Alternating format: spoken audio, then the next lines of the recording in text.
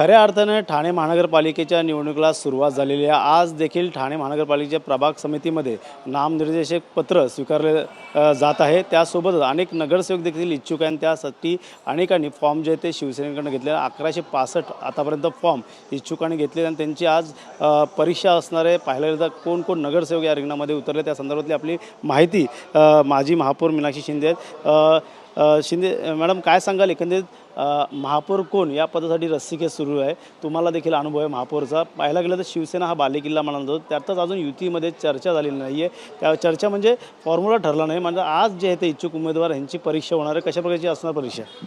मला असं वाटतं की ही आमच्यासाठी नवीन परीक्षा नसणार आहे, कारण 24/7 अवेलेबिलिटी नेहमीच शिंदे गटाची राहिलेली आहे आणि पक्षांतर्गत जी कामं होतात नेहमीच, मला असं वाटतं की 12ही महिने आमची कामं चालतात। म्हणून इंटरव्ह्यू तर एक मला असं वाटतं की आपलं घ्यायचं म्हणून घेतो आहे आपण, पण खऱ्या अर्थाने मला असं वाटतं शिवसेनेला अशा प्रकारचं काय वेगळं काही करण्याची गरज नाही। पण इच्छुकांची संख्या बघता आता तुम्ही सांगितलं जसं 1000च्या वरती आमच्याकडे फॉर्म गेलेले आहेत, कारण तेवढे कार्यकर्ते आहेत आमचे की जे काम करत आहेत प्रभागात आणि विकासाची कामं झालेली आहेत आणि त्याच मुद्द्यावरती प्रत्येकाची इच्छा आहे की आम्हाला इलेक्शन लढवली पाहिजे म्हणून। तर मुलाखतीमध्ये नेमका स्वरूप काय असणार आहे? तुम्ही आणि आणखी कोण कोण या मुलाखती या इच्छुक उमेदवाराच्या घेणार आहे? मला असं वाटतं मुलाखती घेण्यासाठी खासदार नरेश म्हस्के असतील, माजी आमदार रवी फाटक असतील, मी असेल किंवा इतर जे येणार आता ज्यांचे जे अवेलेबल असतील ते येतील आणि मुलाखती घेतली जाणार आहे।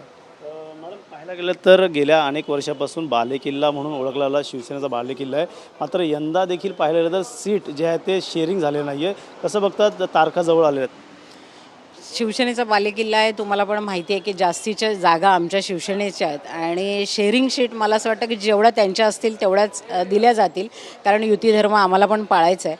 पण वरच्या लेवलला जे काही निर्णय होईल तो शेवटी कार्यकर्ते म्हणून आम्हाला तो एक्सेप्ट करायचा आहे, तो आम्ही एक्सेप्ट करणार आहे। पण शेवटी ठाणे महापालिकेवरती शिवसेनेचा म्हणजे युतीचा भगवा असेल। नक्कीच मॅडम, काही दिवसापूर्वी पाहिलेलं तुमच्याच वॉर्डमध्ये मनोरमामध्ये काही स्थानिक शाखा प्रमुखांचं म्हणणं होतं की स्थानिक उमेदवार नको, एकंदरीत शिवसेनेचे उमेदवार आहेत, का वाटतं येणाऱ्या काळात त्यांची समजूत काढली जाणार आहे? मला असं वाटतं की कार्यकर्त्यांनी इच्छा प्रकट करणं हा गुन्हा नाही आहे आणि प्रत्येक कार्यकर्त्याला वाटतं की आपल्या प्रभागात आपण निवडणूक लढवली पाहिजे।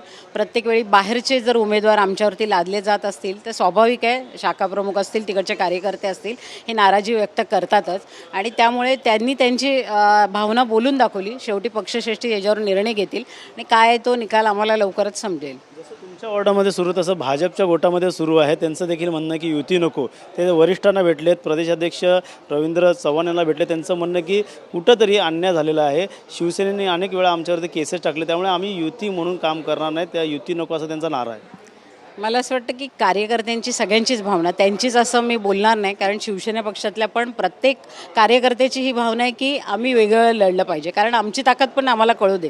कारण आमचं जे अस्तित्व आहे प्रत्येक पक्षाचं, त्यांचं BJPचं असेल, आमचं शिवसेनेचं असेल, ते आम्हाला ह्याच्यातून कळेल। जर वेगळं लढलो तर आमच्या किती सीट लागतील, त्यांच्या किती सीट लागतील, कारण गेल्या टायमाला पण आम्ही वेगळं लढलो होतं आणि त्यावेळी त्यांच्या 23 सीट लागलं होतं आणि आता तुम्ही जर बघाल तर आमच्याकडे जवळजवळ 80च्या पार नगरसेवक आहेत। त्याच्यामुळे प्रत्येक कार्यकर्त्याला वाटतं, कारण त्याने त्या प्रभागात कामं केलेली असतात, तर त्याच्यामुळे मला असं वाटतं की सगळ्यांना वाटतं की आपण वेगळं लढलं पाहिजे म्हणून। प्रस्ताव जाईल का? त्यांचं म्हणणं आहे 48-50 पर्यंत तरी त्यांच्या जागा पाहिजे, कारण तर भाजप वाढत चालली आहे, त्यांचं म्हणणं आहे।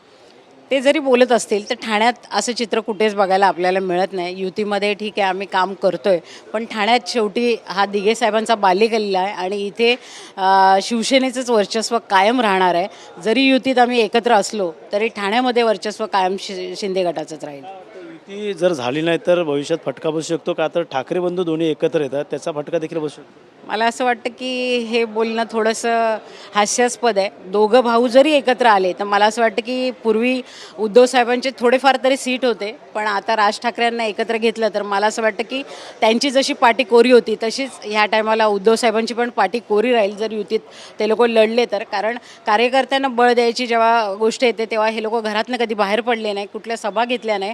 ह्या 12ही महिन्यात तुम्ही आता ह्या 9 वर्षामध्ये बघाल तर कार्यकर्त्यांना बळ देण्यासाठी त्यांच्या प्रभागात कधी त्यांनी मीटिंग घेतल्या नाहीत, कुठल्या कार्यक्रमाला कधी आले नाही, किंवा जसे आमचे कार्यक्रम सातत्याने होत असतात तसे त्यांच्या प्रभागात कुठले झालेले नाही।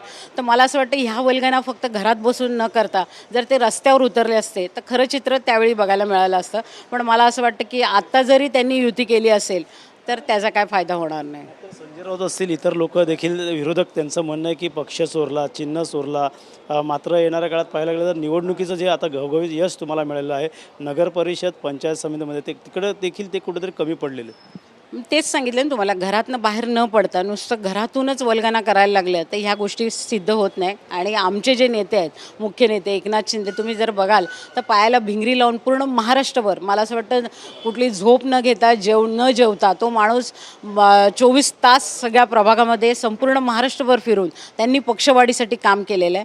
तसं या दोघा बंधूंनी कधी केलं आहे मला वाटत नाही. आणि त्याच्यामुळे मला असं वाटतं की पक्ष चोरला, चिन्ह चोरला ह्या गोष्टी बोलणं फार चुकीचं आहे. खऱ्या अर्थाने शिवसेना ही शिंदे गटाचीच आहे, कारण त्यांची जी बाळासाहेबांची जी ध्येय धोरणं होती त्याला पुढे नेण्यासाठी शिंदेसाहेब काम करतायत आणि त्या माध्यमातून हिंदुत्वाचा झेंडा त्यांनी पुढे नेलेला आहे. म्हणून आज एवढ्या मोठ्या प्रमाणात त्यांना घवघवीत यश मिळालं आहे. नगराध्यक्ष एवढे 57-58 नगराध्यक्ष आपले झालेले आहेत. आणि तेच मला असं वाटतं की हेच सगळं काय सांगून जातं, त्याला वेगळं काय उत्तर देण्याची गरज नाही. त्यांचं म्हणणं आहे की यंदा निवडणुकीत आम्ही धडा शिकवणार आहे, त्यामुळे अनेक नगरसेवक जे आहेत ते त्यांचे ठाकरेकडे जे तुमच्याकडे गेलेत का वाटतं येणाऱ्या काळात त्यांचे चेहरे या कशा प्रकारच्या पक्षाकडनं दिले जाणार?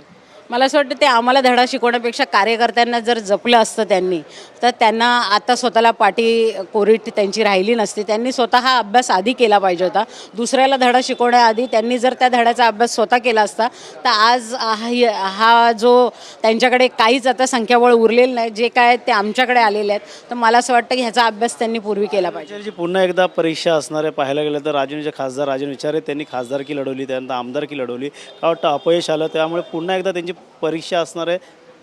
मला असं वाटतं परीक्षा म्हणण्यापेक्षा आता संपले म्हणून एवढंच त्यांच्यासाठी आहे. कारण पुढे काय स्कोप दिसत नाही. कारण आमदारकी खासदारकी दोन्ही झाले लढून, आता नगरसेवक पदाला पण ते पडले तर ती जी राहिलेली थोडीफार राहिलेली प्रतिष्ठा पण धुळेला मिळेल. तर मला असं वाटतं समजदार को इशारा काफी आहे. नगरसेवक पदाची इलेक्शन न लढता जर घरी बसले तर ती प्रतिष्ठा त्यांची थोडी तरी वाचेल. शेवटचा प्रश्न, का वाटतं येणाऱ्या काळात फॉर्म्युला ठरेल का, चर्चा होणार का व्यवस्थित, आणि युती धर्म पाळला जाणार? मला असं वाटतं युतीचा जर वरिष्ठांनी जर निर्णय घेतला असेल तर तो नक्कीच साहेब यशस्वी करतील. कारण साहेब खूप युती धर्म पाळतात आणि त्याच्यामुळे मला असं वाटतं थोड्याफार जागांबद्दल काहीतरी समझोता होईल आणि युती धर्म पाळला जाईल. कुठेतरी महापौर युतीचाच बसेल.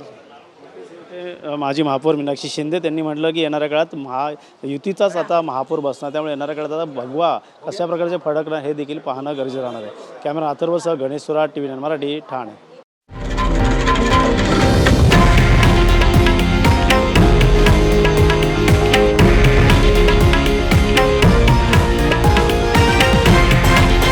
हे आहे देशातील नंबर 1 न्यूज नेटवर्क आणि आपण पाहत आहात TV9 मराठी, एकमेव.